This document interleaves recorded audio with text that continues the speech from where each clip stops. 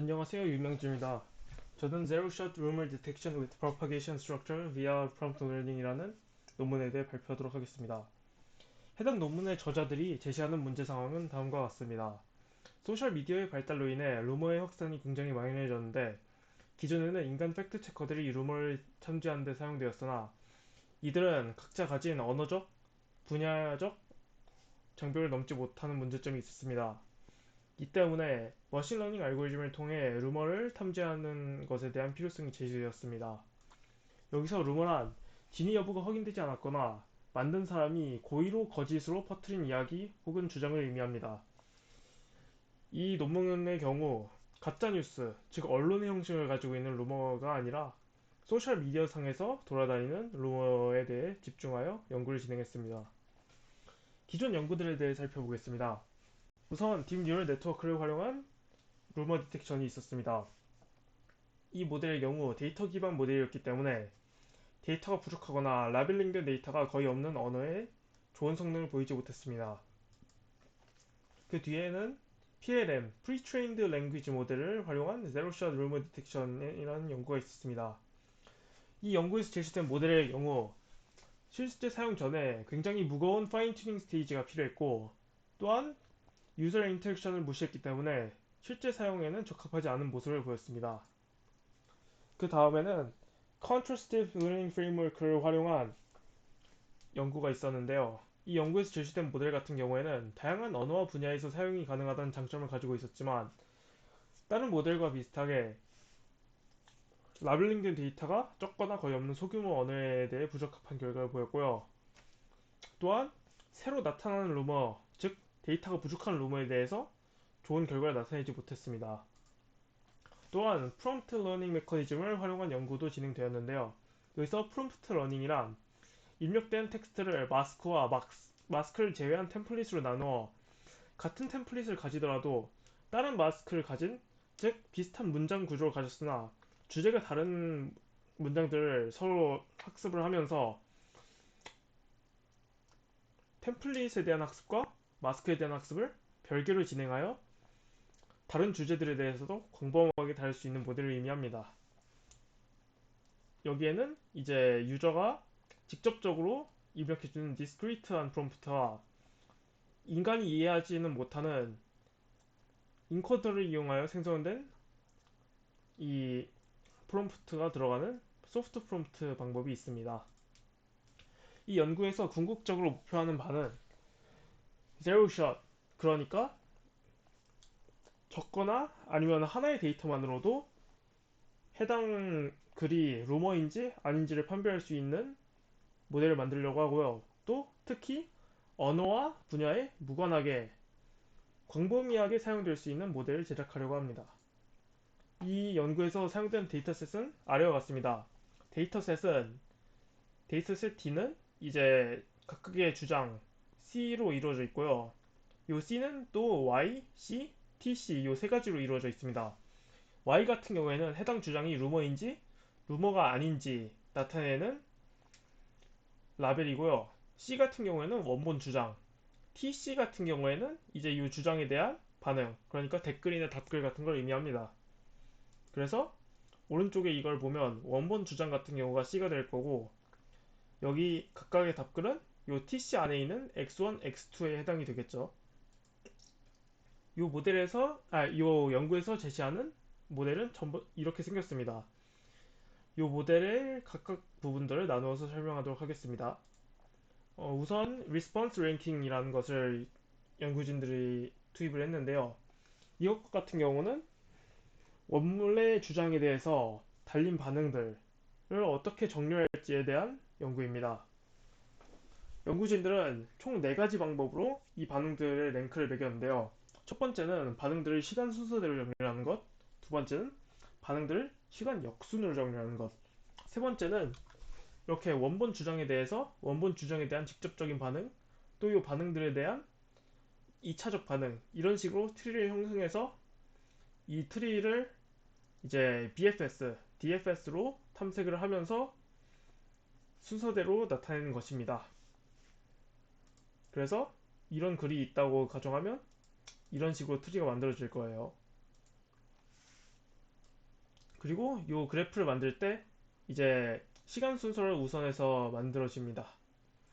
두 번째로 연구진들은 계층적 프롬프트 인코딩을 사용했는데요.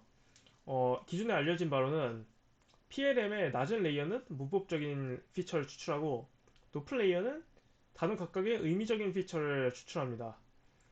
연구진들은 이에 착안해서 아래쪽의 레이어와 위쪽 레이어를 서로 분리해서 모델을 만들기로 생각했습니다. 연구진들은 이제 아래쪽 피처를 신텍스 인코더 레이어로 만들어서 동결시켜 버리는데요. 이는 학습이 진행될 때 이 신텍스 인코더 레이어의 가중치가 변화하지 않는다는 의미입니다. 즉 학습을 안 한다는 의미입니다. 연구진들이 이와 같이 학습을 진행한 이유는 연구진들은 문법적인 부분은 언어에 상관없이 일정하다고 가정을 했고 이제 단어 각각의 의미의 경우에는 각 언어의 영향을 크게 받는다고 가정을 했습니다. 따라서 신텍스 인코더 레이어와 시멘틱 인코더 레이어를 분리한 뒤에 신텍스 인코더 레이어만 얼리게 되면 더 좋은 성능을 나타낼 수 있을 것이라고 생각했습니다. 여기서 신텍스 인코더 레이어가 두 개인 이유는 프롬프트 러닝을 위하여 왼쪽 같은 경우에는 템플릿, 오른쪽 같은 경우에는 마스크를 넣어서 따로 따로 입력을 받기 위함입니다. 그래서 이 두 개에서 받은 입력을 이 위에 있는 시멘틱 인코더로 넣어서 최종적인 결과값을 출력하게 됩니다. 세 번째로 연구진들은 Propagation Position 모델링을 사용했는데요. 이것은 이제 원본 주장에 대해서 이것들에 대한 반응들을 여기 있는 시멘틱 인코더의 가중치로 투입을 해줘야 되는데요. 투입을 할 때 이들 간의 거리를 측정해야 되는데 절대적인 거리 같은 경우에는 원본 주장으로부터 직계로 얼마나 떨어져 있는지를 나타내는 것이고 상대적인 주장 같은 경우에는 이제 자신과 이웃한 부모, 자식, 그리고 자신의 형제들을 참고해서 거리에 반영하는 것입니다. 네 번째로 Response Augmentation이라는 것이 적용되었는데요. 이것과 같은 경우에는 원본 주장에 대한 반응들 중에 일부 반응들은 노이즈로 작용하여서 성능에 안 좋은 영향을 미칩니다. 그래서 원래 이 반응들이 시멘틱 인코더 레이어에 그레이디언트로 삽입이 되는데요. 여기서 안 좋은 성능을 내게 하는 그레이디언트들을 추출하여서 얘네를 정규화해 준 다음에 원래 있던 반응들의 이 정교한 값을 빼주게 됩니다. 이렇게 하면 원래 이제 노이즈로 작용하였던 반응들이 일부 상쇄되면서 성능 향상을 이끌어낼 수 있었습니다. 그래서 이들을 합치게 되면 다음과 같은 모델이 나오게 됩니다. 연구진들은 이제 이렇게 두 가지의 로스를 정의해서 이들의 평균을 낸 다음에 W 아담 옵티메이저를 통하여 트레이닝을 진행했습니다. 저자들은 모델 검증을 통하여 아래와 같은 데이터셋을 사용했는데요. 트위터 같은 경우에는 영어에 기반한 데이터셋이고 웨이보 같은 경우에는 표준 중국어에 기반한 데이터셋입니다. CATAR 데이터셋은 각각 광둥어 그리고 아랍어 데이터가 들어있는 데이터셋입니다. 연구진들은 이 세 가지 데이터를 통하여 모델 교체 검증했습니다. 이 모델을 다른 연구에서 제시된 모델들과 비교한 결과값은 다음과 같습니다. 여기서 파인튠, 어댑터, 프롬프트 같은 경우에는 서로 다른 연구에서 제시된 모델들이고요. 밑에 있는 RPL로 시작되는 거는 이제 해당 연구에서 제시된 모델들인데요. CHO, INV, DEP, MIORI는 각각 원래 주장에 대한 반응들을 나열할 때 시간 순서, 시간 역순, DFS, DFS로 정렬을 했을 때 각각의 성능을 비교한 것입니다. 이 표를 보게 되면 전반적으로 다른 모델들보다 이 연구에서 제시된 모델이 높은 성능을 보였고요. 그 중에서도 이제 BFS로 탐색했을 때 평균적으로 가장 좋은 성능을 내는 것을 볼 수 있었습니다. 또한 연구진들은 전체 모델에서 일부 기능들을 빼서 각각의 성능들을 비교했는데요. 전부 다 넣은 모델이 하나씩 뺀 모델들보다 전반적으로 우수한 성능을 보였습니다. 이를 통해 우리는 각각의 부분들이 전부 다 성능 형성에 기여를 하고 있음을 알 수 있습니다. 또한 연구진들은 이 모델이 얼마나 초기의 루머를 잘 탐지하는지 검증했는데요. 아래의 그래프를 보게 되면 이제 원본 게시글로부터 몇 개의 더 많은 게시글이 제시되었나, 또한 이제 맨 처음 게시글로부터 얼마나 시간이 지났냐에 따라서 성능을 비교해 보았는데, 주황색으로 나타나는 것이 이 연구에서 제시된 모델이거든요. 어, 초기 부분을 보든 나중을 보든 이 모델이 다른 연구에서 제시되는 모델들보다 훨씬 더 우월함을 알 수 있습니다.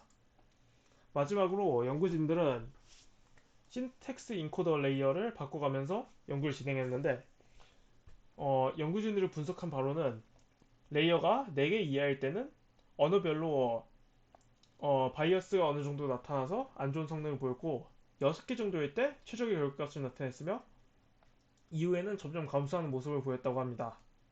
네, 이상 논문에 대한 설명을 마쳤습니다. 질문이 있으면 알려주시기 바랍니다. 감사합니다.